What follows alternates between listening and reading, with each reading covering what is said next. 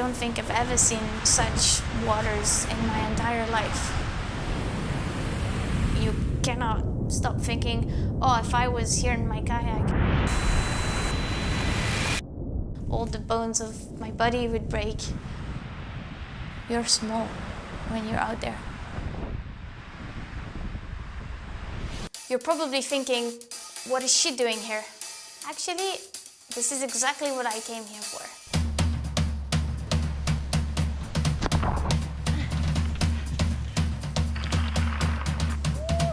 I came here to do the Patagonia Triple Crown. 3 mighty rivers, the Rio Baker, the Rio Pascua, and the Rio Bravo.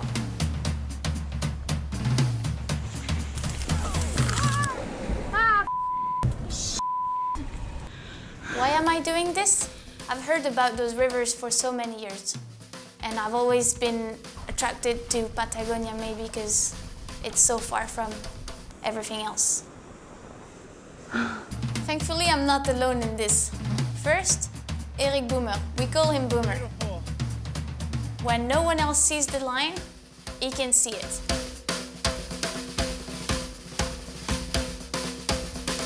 Being optimistic, he also thinks he's a really good dancer.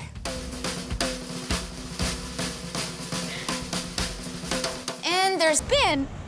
What are you doing? He's not a really good dancer, but he's probably the most experienced expedition kayaker you can find. And he also thinks that kayaks are like backpack, and he loves hiking around with them. This is pretty much the ideal team.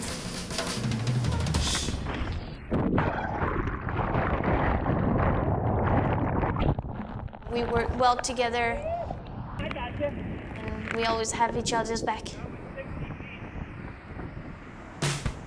Our first stop for the Patagonia Triple Crown was the Rio Baker. It's really well known for kayakers because it's big. It's unlike anything you find in Europe. There is just so much water. It's crystal blue water. You can actually drink it. The rapid is so big we cannot even see Ben. Here he comes, sloping down. Little blue dot here.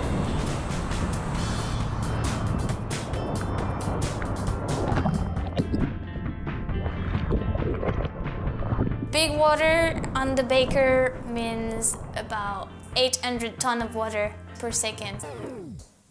I think that's a lot.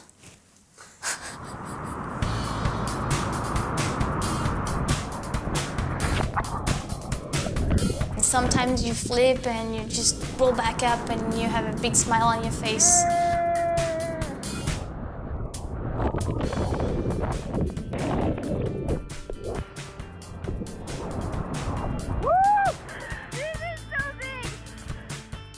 But you also need to remember that, like, if you actually swim, it's gonna be ugly. So it's usually worth the fight.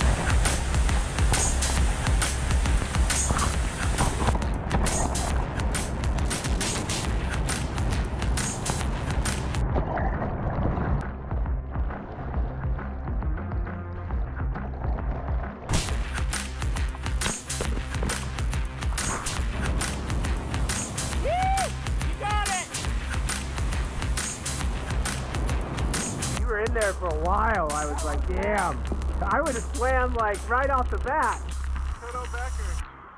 Toto Baker.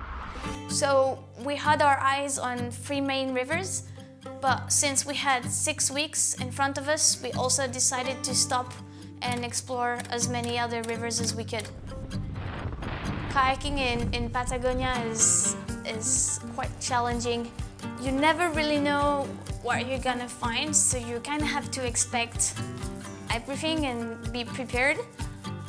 The kayak empty is 22 kilos, and then in it we have sleeping gear, food, cooking gear, spare paddle, row bag, a little rope, big rope, slings, an ATC, lockers, pulley, GPS, dry clothes, which makes the boat really heavy. Sometimes you scout the river on the map. So you hike all the way up the river and you find out that it's not runnable. rapid, but there's also that huge waterfall, so that's a no-go. It's not runnable, it's cold, it's unrunnable. So you hike your way down the river with loaded kayaks. It's Ben's definition of fun. It's nice here. Mine, not so much. We've been hiking up for 2 days. If it doesn't go, I might cry. Bummer. It's a little bit depressing. It's part of the game if you wanna. We gotta find the perfect rapid. It has to be up there somewhere.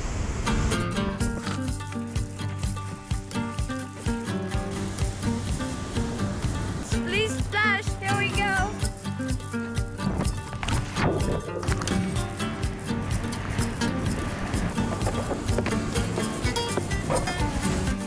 Whoa, whoa, whoa, whoa. Ah, this is ridiculous. Holy, that's the most fun I had in the kayak in a while. Hike for a while, but this was totally worth it. Unfortunately, Boomer had to head back home. Also, Boomer is the optimistic of the group, so we definitely missed that. We didn't miss his dance move at all, but we can't tell him. We finally made it south to, I would say, the biggest river of this trip, which is the Rio Pascua. We have a long approach. We kind of paddle down this river, across a lake, up a creek, bushwalk over the pass into the Lake O'Higgins. Once we're out there, you're pretty much by yourself, which is really cool and scary, but mostly cool. And then we have to paddle about 40-50 kilometers of flat water. After 3 days, right at the end of the Lake O'Higgins, we reached the start of the Pascua. It's way louder than any other place. And also you see the spray literally coming up like 30 meters up the gorge.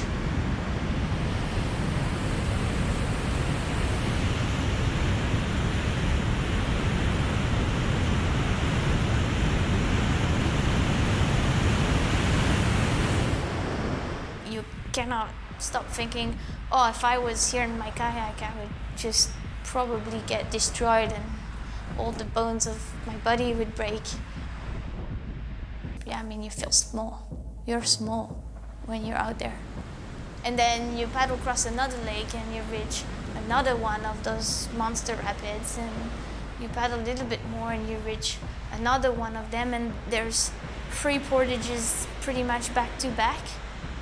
Yeah, I mean, I'm no fucking hydrologist, but this river is fucking high. Like it's really high. By the time we actually reached the canyon, I think we were both already really scared. Yeah, it's definitely not like the most ideal headspace to be in going towards this gorge, just thinking, whoa, it's way too high. It's like already too high. Look. Anyways, I'm gonna try to keep an open mind. That's what I'm gonna try to do.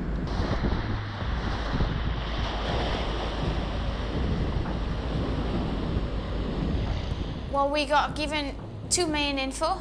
The first info is like most of the river is swirly class 2-3, and the other info is like, but be careful, there is a really hard rapid, which could be a death hole, somewhere in the canyon in between the 2 walls, and hard to scout, hard to portage. Whenever we were in easy water, it was definitely harder than what was described to us. And then at any moment we expect this horrific hydraulic. So basically you're like going down this river with constant fear.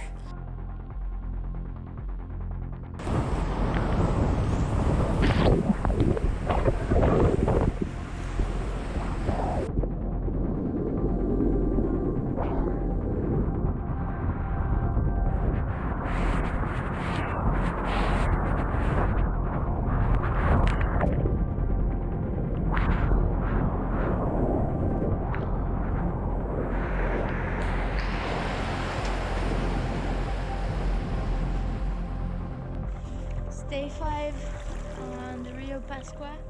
We're entering the canyon.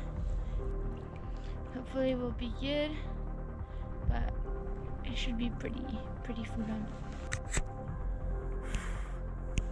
I'm scared. I'm really scared.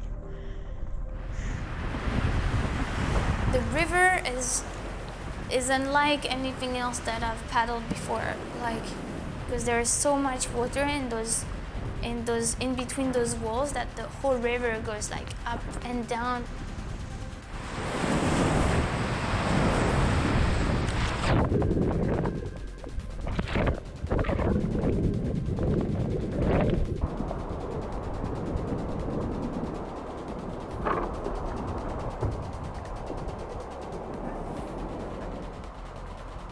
That shit is just so full on. Good, we're doing really well though. Just switching back and forth wherever we can and just getting it. I don't know what else we're supposed to do. Whenever we had the chance to stop, get a look around the next rapid, if needed, we'd do so. One of the things that was the hardest is those whirlpool, and those whirlpool are so powerful that even in my kayak, I would get sucked down once in a while. Yeah, you got it! You got it! Like he totally disappeared. God, just swim in there.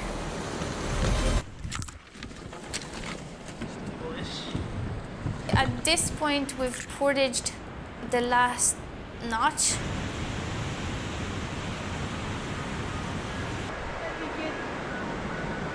And we know that the big rapid we got told is not there.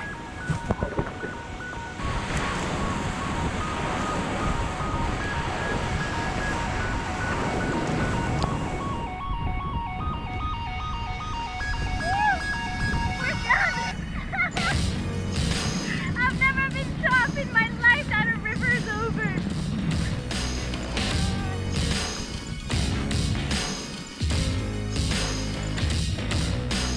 Bye-bye, Pascua. See you never. The next day after we got off the Pascua, we drove to the Bravo.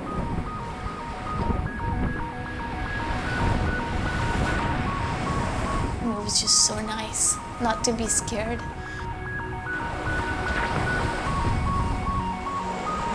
This is fun. This is why we kayak. Maybe it was a great way to end the trip and, you know, a good reminder, actually, this is why I love kayaking, not the other thing.